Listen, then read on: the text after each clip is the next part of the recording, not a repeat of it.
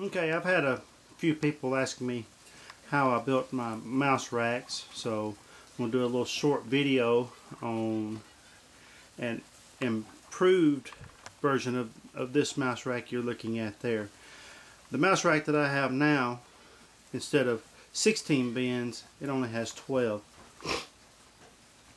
The one here, I don't particularly care for the wire that I used. Here you can see that I used a half by half wire. I felt that it needed a bigger space there for the mice to eat through, other than the 1/4 inch wire that you see there in the back. And the only problem I'm having with this large 1/2 inch wire is you have to keep the bin full. So otherwise, what I've decided is I'm building a new rack, and I'm going to use all 1/4 inch,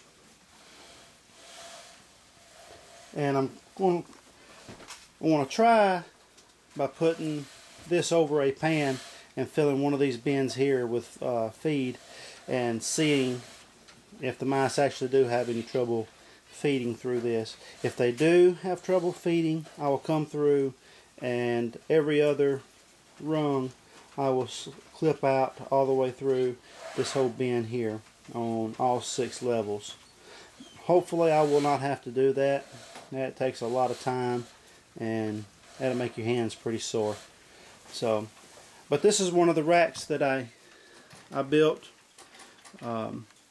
It's built just like this one here, other than I put a partition on this side and this side as well. That's about the width of a 2x6 there, so it's about 5.5 inches.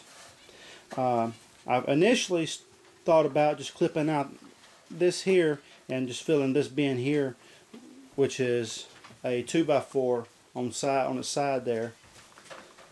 But a friend of mine was telling me that it seems like it'd be better, instead of having to fill one slot here and then fill on this other side, I can take and pour between the 2 tubs and it would be easier to fill. So I'm going to give that a try. It stands to reason.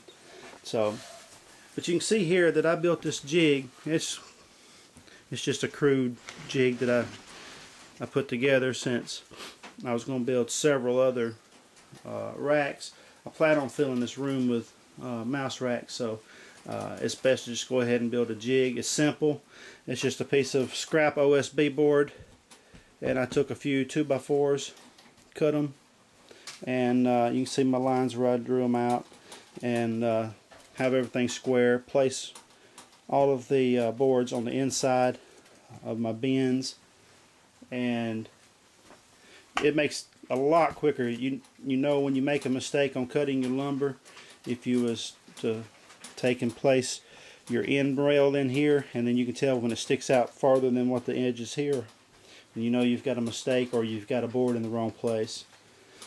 But on this particular rack, it requires 2 boards for the end pieces that are 16 1/8 inch long, 2 boards that are 32 inches long, and 1 board that is 29 inches long. And the 29 inch long is the divider for the rail. I'm at the feed bins that go in this location here, or on either side, or in the middle, whichever way I decide to do it. But it's real simple. Just load all of your pieces in there. I put glue on the end piece here first, then I place glue on the end of this rail here, set it in, likewise on the other side there. Put my front and back on, and then I pull it close. I use a nail gun on this one. It seems like screws do better, but screws are a lot more expensive, and since I'm building so many racks and it's going to take a while to screw each one, I use a pneumatic air gun, nail gun, and it goes a lot faster by doing it that way. But on this wire here, you can buy this 1/4 inch wire at Lowe's. The pieces that I found were 2 foot If you do that, this board, the rack is 19 inches wide, so you'll have 5 inches scrap on each rack. Or if you can find a place that sells 36-inch wide, then you can take and turn it sideways and run it this direction, and that would only give you about a 4-inch overhang on the edge there, and you just make one cut and just on down through there, and you can get several more off of a row, a little bit less waste. And if you're going to wean off mice, you can take some of the plastic tubs like I have there for my weaning, and you can see that I put a little window on the front there for airflow. I do not have as much airflow on that tub there as I would like. I would like to take some of the scrap that I'm cutting off of this and put it along the side, so that'll give a little better airflow. That tub there is empty, but I do have, as you can see, I've got weaned mice in that one there. I'm having to wean them in those tubs because whenever I pull them from my bins, they have not yet learned to drink from those nipples. They do fine from a water bottle like you see on the side of the tubs. They automatically can drink from those, but it's like they're a little bit too young and a little slow for, and maybe a little weak for the nipples that's coming in on the top of the bins there. But that's just about it. There's some more of my levels there. I have not put any wire on. Oh yes, I forgot to mention, for the slides that these tubs slide in, I took some stock I cut off of a 2x4 just on a regular table saw, just ripped it. That right there is 7/16 thick, and it doesn't matter what thickness this piece here is, just as long as it's thick enough where it's not going to split whenever you maybe tack it and put a screw through it. On this piece here, that is 1 inch wide, and I've got about a 1/2 inch overhang on each side for the tubs to slide on.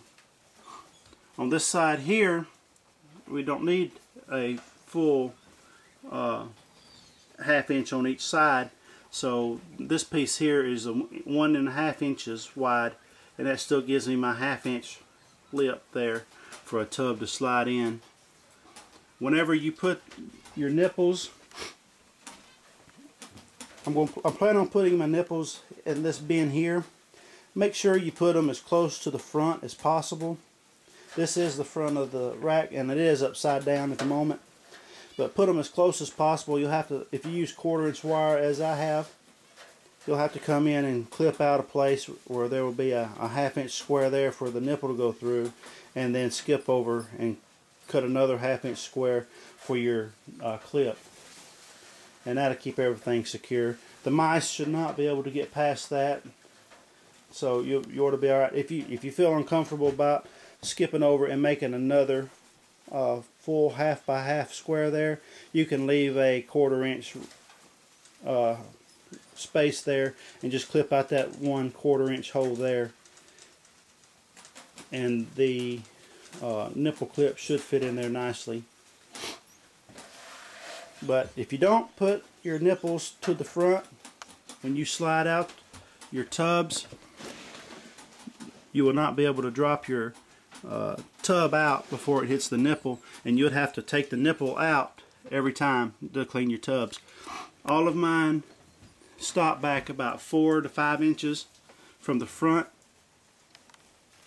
That gives adequate space for the tub to drop down.